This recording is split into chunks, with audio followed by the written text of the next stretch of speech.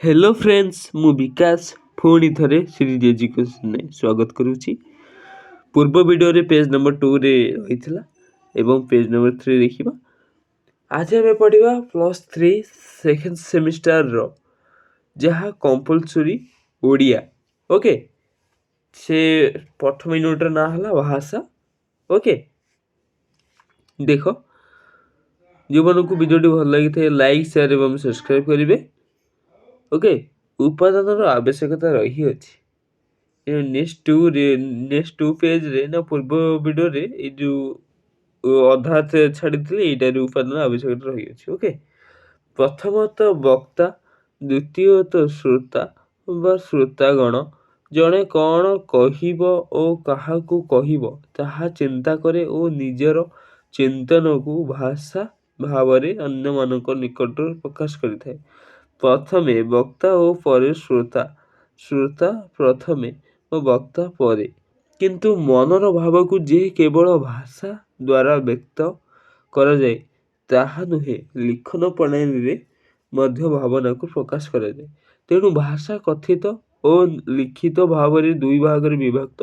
भाषा कथित भावे प्रथमे वक्ता परे श्रोता हेले लिखित भावे वक्ता माने पाठक और परे श्रोता आसे। पाठक वक्ता भाव में पढ़ती और श्रोता शुणती।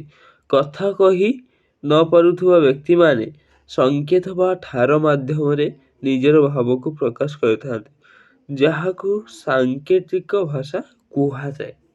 ओके चिंतन प्रवृत्तिर अनुशीलन द्वारा संजात चेतना बा भावनार अभिव्यक्त बैग यंत्र साहाय्य बिना अन्य माध्यम द्वारा संभव हो पारे जहाकू आमे सांकेतिकता भाव में ग्रहण करे।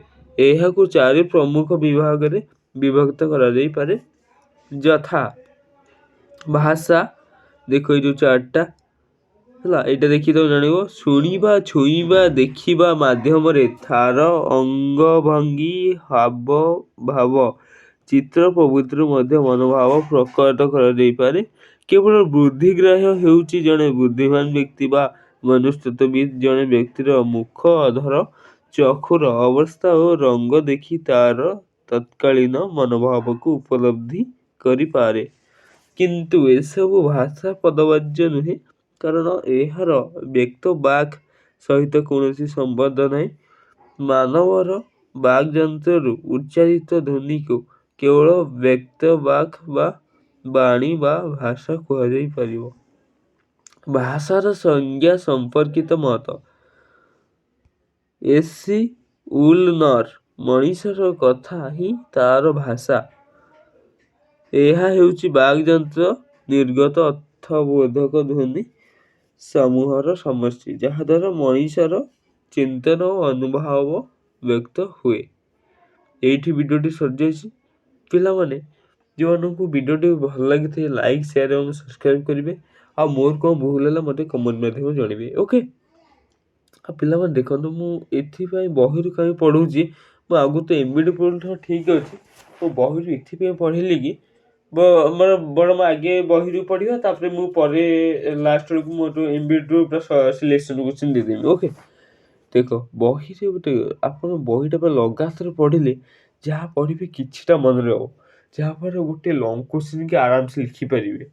कि जो गाइड कौन एमबीडी कौन जिते सब आईबीडी ता तो खाली लंग क्वेश्चन सीटा खाली गद भाया घुसले कौन हम बुझल ना कथा जिनस या माने बही जो पढ़ तुम अधिक किसी लिखिपार एमबीडी पढ़ले जी पढ़ो से लिख अधिक किसी लिखिपार से बही पढ़ुची।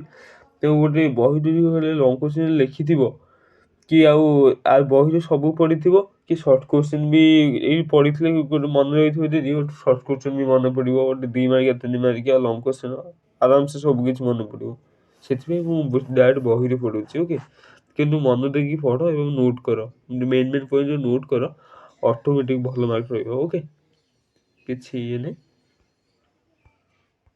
देखीद। ओके।